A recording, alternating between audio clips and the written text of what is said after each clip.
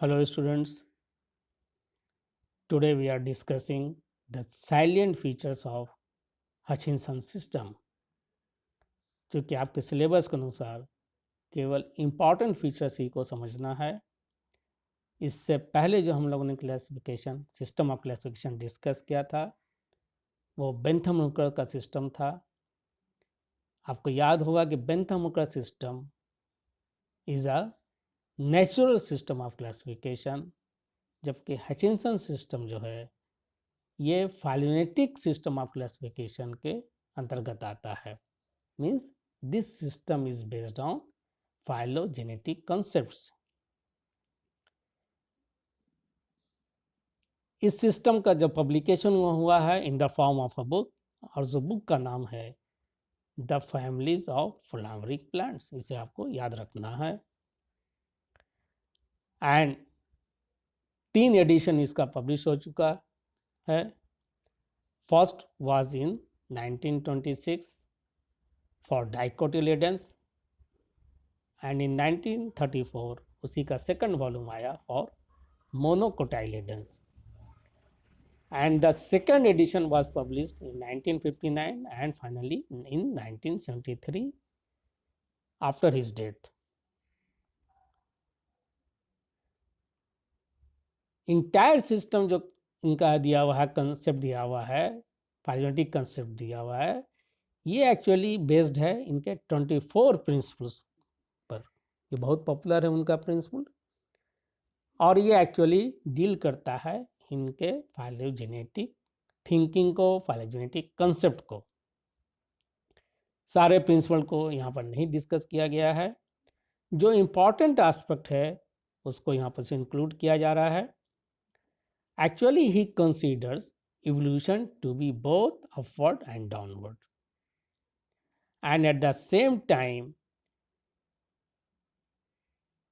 he proposed that evolution does not necessarily involve all the organs of a plant at the same time. सारे organs, root, stem, leaf, flower जो है organs of plants है, वो सारे का एक ही समय में इवोल्यूशन हो, ऐसा पॉसिबल नहीं, ऐसा संभव नहीं है उनके अनुसार, या ऐसा नहीं हुआ है। But it is generally consistent, और एक फाइलम के अंतर्गत पूरे फाइलम में इवोल्यूशन उसी आधार पर हुआ है। तो कंसिस्टेंसी उन्होंने बताया है, और उन्हें यह भी बताया कि सारे ऑर्गन्स का इवोल्यूशन एक समय में नहीं हुआ है। ये उनका एक कंसेप्ट है, प्रिंसिपल, उसी आधार पर उन्होंने अपना सिस्टम ऑफ क्लासिफिकेशन को प्रपोज किया। And he also considers that trees and shrubs to be older than climbers, and similarly perennials are older than biennials and annuals. Aquatic habit to be more recent than terrestrial habit. And उसी तरह उन्होंने दूसरे characters, stem character, leaf character, flower character को भी अपने principal में include किया है। यहाँ पे एक उनके क्लासिफिकेशन का, जो कि थर्ड एडिशन में उनको फाइनली रिवाइज करके उन्होंने पब्लिश किया था, उसका एक आउटलाइन यहाँ पर दिखाया गया है, आपको समराइज किया गया है इसे। एक्चुअली फ्लावरिंग प्लांट्स ही क्लासिफिकेशन उन्होंने प्रपोज किया। फ्लावरिंग प्लांट्स को उन्होंने 2 फाइलम, जिम्नोस्पर्मी एंड एंजियोस्पर्मी में डिवाइड किया। जिम्नोस्पर्मी जैसे आप जानते हैं कि नेकेड सीडेड प्लांट्स होता है, एंजियोस्पर्म्स में सीड्स आर कवर्ड। अब इसे फर्दर जो एंजियोस्पर्म्स को डिवाइड किया है, चूंकि हम लोग एंजियोस्पर्म्स को आगे बढ़ेंगे, अब एंजियोस्पर्म को उन्होंने सब फर्दर डिवीजन इसका सब फाइल में किया है, dicotyledons and monocotyledons. Means plants with 2 cotyledon and monocots में प्लांट्स विथ 1 कोटाइलेडन। डाइकोटिलेडेंस को उन्होंने फर्दर हैबिट के आधार पर डिवाइड किया, लिग्नोसी एंड हर्बेसी में।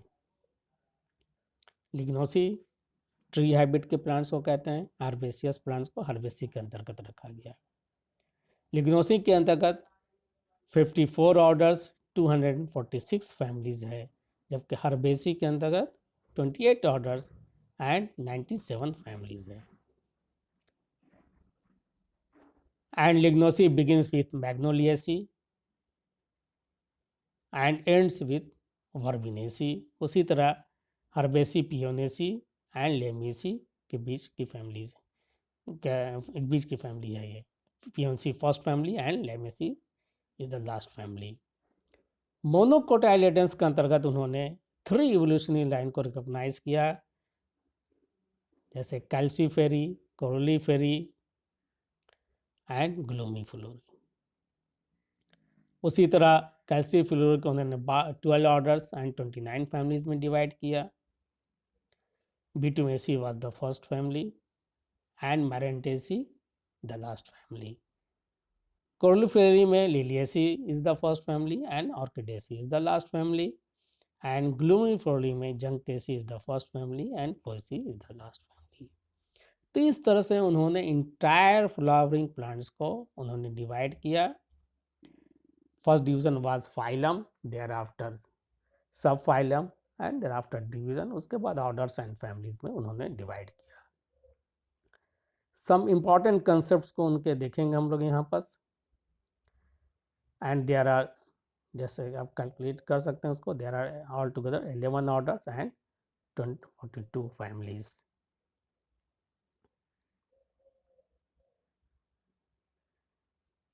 नाउ फाइलोजेनेटिक कंसिडरेशन जो उनका रहा है इस पूरे सिस्टम में, क्योंकि ये फाइलोजेनेटिक सिस्टम ऑफ क्लासिफिकेशन है, इसलिए हम लोग फाइलोजेनेटिक कंसिडरेशन पर ज़्यादा एम्फेसिस देते हैं. And he considered flowering plants to be monophyletic in origin. And flowering plant जो है ये ड्राइव हुआ है फ्रॉम हाइपोथेटिकल प्रोएंजियोस्पर्म्स को, जिसका उन्होंने डिस्क्रिप्शन नहीं दिया है, केवल बताया है कि मोनोफाइलेटिक ऑरिजिन है एंजियोस्पर्म्स का, फ्लावरिंग प्लांट्स का, सॉरी. और ये इसके जो एंसेस्टर हैं उसे उन्होंने नाम दिया प्रोएंजियोस्पर्म्स. सेकंड इनका जो कंसेप्ट था कि he gave dicotyledons and monocotyledon the rank of subphylum. And इसके अंतर्गत डाइकोट्स को उन्होंने प्रिमिटिव बताया एंड मोनोकॉट्स को एडवांस ग्रुप में या एडवांस सब फाइलम्स के रूप में उन्होंने इंक्लूड किया. अब हम लोग डाइकोट्स एंड मोनोकॉट्स को सेपरेटली देखेंगे, जो कि हम लोग अभी भी डिस्कस भी कर चुके हैं. डाइक्लोटेशन 2 इवोल्यूशनरी लाइन्स है, एक है लिग्नोसी एंड हर्बेसी, इसको हम लोग डिस्कस कर चुके हैं. लिग्नोसी जैसा कि मैंने अभी बताया कि माइग्नोसी से स्टार्ट होता है, एंड इसमें जो है फ्री सेपल्स कैरेक्टर्स भी यहाँ पर डिस्कस किया गया है. इंपॉर्टेंट कैरेक्टर को केवल दिया गया है. ये फ्री सेपल्स मैग्नोलिसी में है, इसे प्रिमिटिव माना गया है. फ्री पेटल्स भी है and numerous free stamens and numerous free carpels which are arranged on elongated or conical floral axis. ये फर्स्ट फैमिली है डाइकोट्स की, मैग्नोलिसी को रखा गया. उसके अंतर्गत उन्होंने free carpel, free petals, free sepals, numerous system को प्रिमिटिव कैरेक्टर उन्होंने बताया है. उसी तरह वर्बिनेसी के अंतर्गत उन्होंने बताया कि they have simple corolla, united corolla, zygomorphic flowers and stamens fewer. 2 और 4 की संख्या उन्होंने दी ऑफ कोर्स.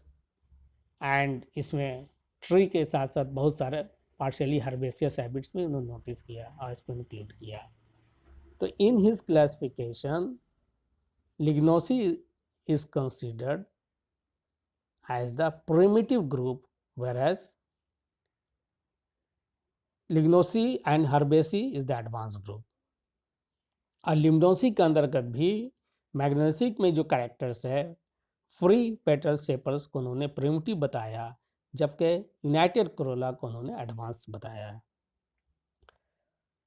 हर्बेसी के अंतर्गत उन्होंने, जैसा कि मैंने अभी बताया, कि it begins with paeoniaceae of the order ranales, followed by helleboraceae family एक है, एंड रेननुक्लेसी जो कि क्रोजी रिलेटेड फैमिली है.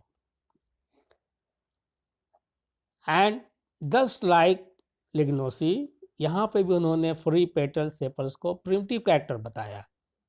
You can see it here, free petals sepals and numerous unit को उन्होंने बताया कि प्रिमिटिव कैरेक्टर है, जिस तरह से लिग्नोसी में हम लोगों ने देखा। एंड एडवांस कैरेक्टर्स उन्होंने वही सिम्पैटलस या यूनाइटेड कैरेक्टर्स को उन्होंने एडवांस बताया, जिस तरह से ब्रेविनेसी में हम लोगों ने देखा।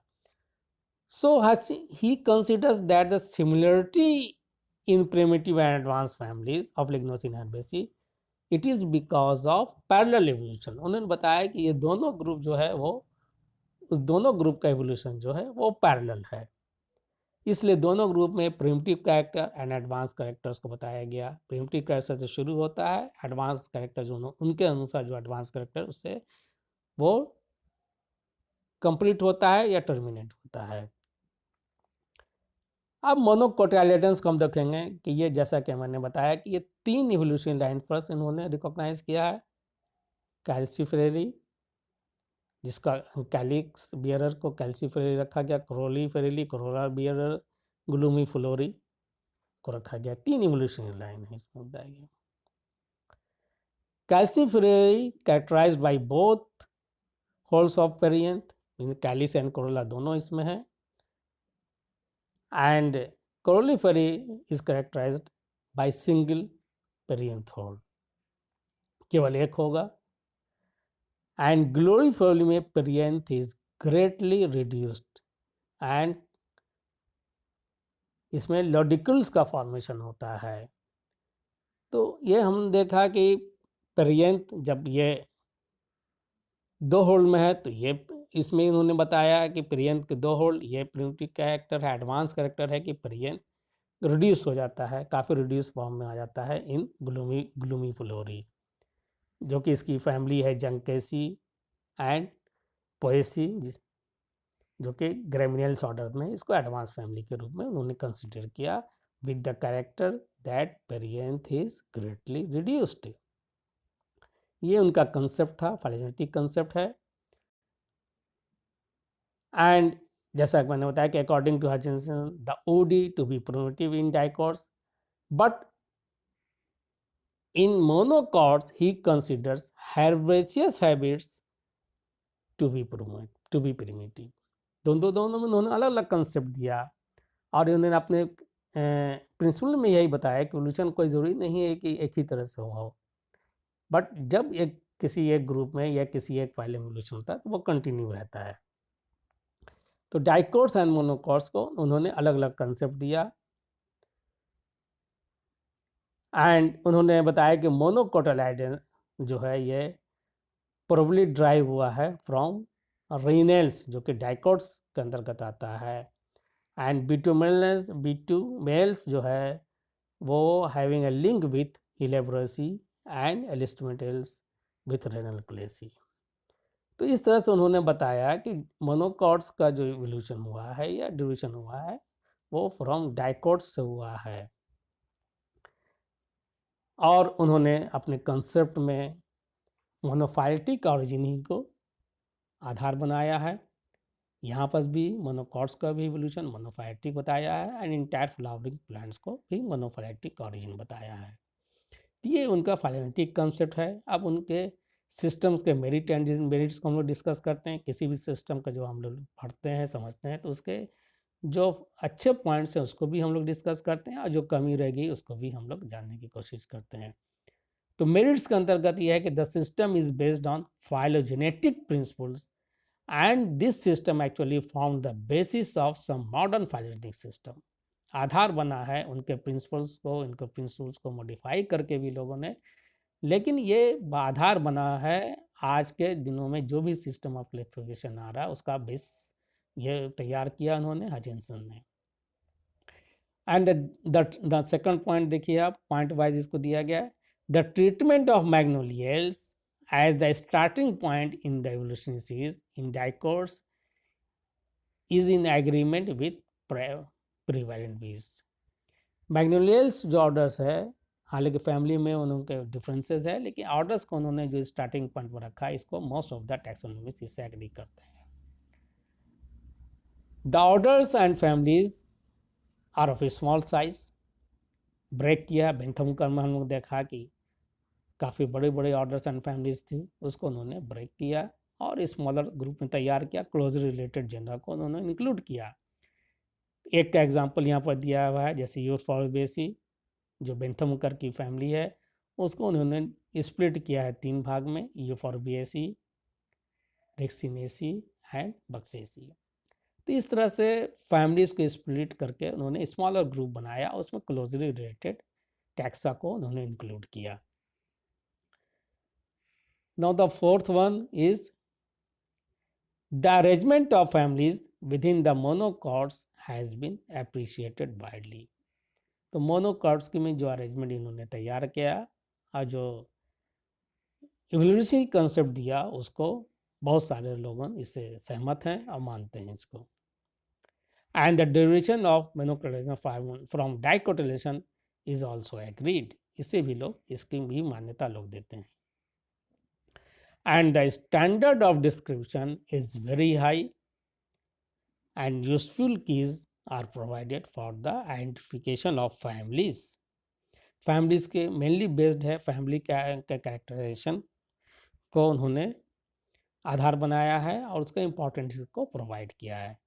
तो these are the merits of Hutchinson system of classification. अब जो उसमें कमी रह गई है, जिसको हम लोग डीमेरिट्स के अंतर्गत स्टडी करते हैं,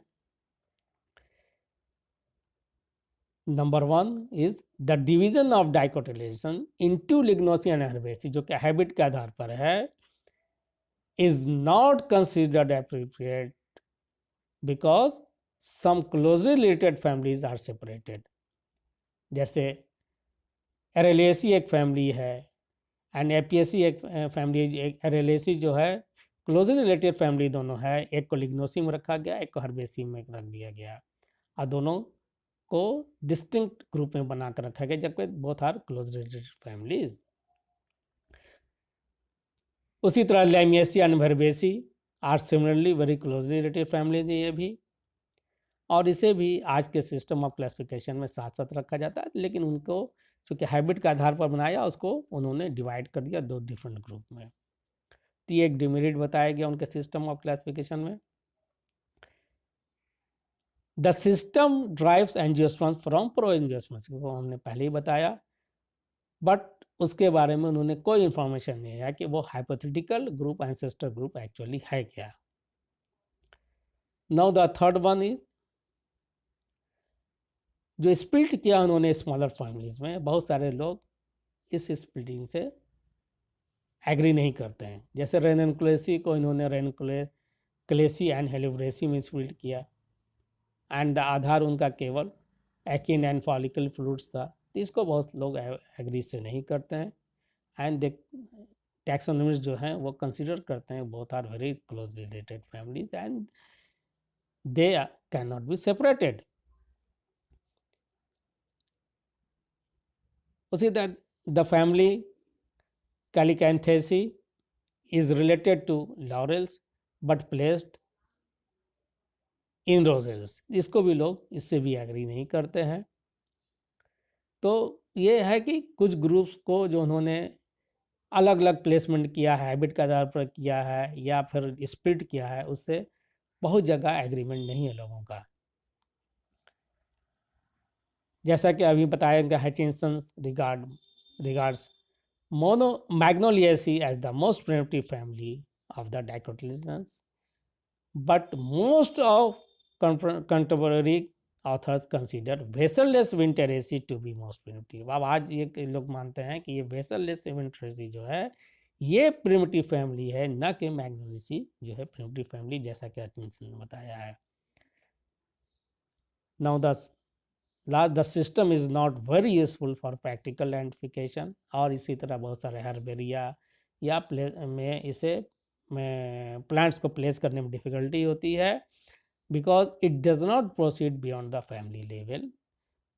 in the majority of taxa में फैमिली लेवल से आगे बहुत ज़्यादा आइडेंटिफिकेशन और डिस्क्रिप्शन नहीं है, इसलिए बहुत सारे हर्बेरिया वगैरह में इसे इम्पॉर्टेंट अरेंजमेंट के पर्पज़ से या आइडेंटिफिकेशन के पर्पज़ से ये इसमें एक कमी मानते हैं लोग, ऐसे नहीं यूज़ किया जाता है। So this is all about Hutchinson system of classification. और इससे पहले हम लोग बेंथम का सिस्टम ऑफ क्लासिफिकेशन डिस्कस कर चुके हैं। तो ये दो सिस्टम आपको पढ़ना था, ये दोनों सिस्टम आपका फिनिश हो चुका है। आप फर्दर रीडिंग्स के लिए यहाँ पर बुक्स का नाम दिया हुआ, आप चाहिए तो इसको आगे स्टडी के लिए, जानकारी बढ़ाने के लिए आप इसको कंसल्ट कर सकते हैं। So thank you very much.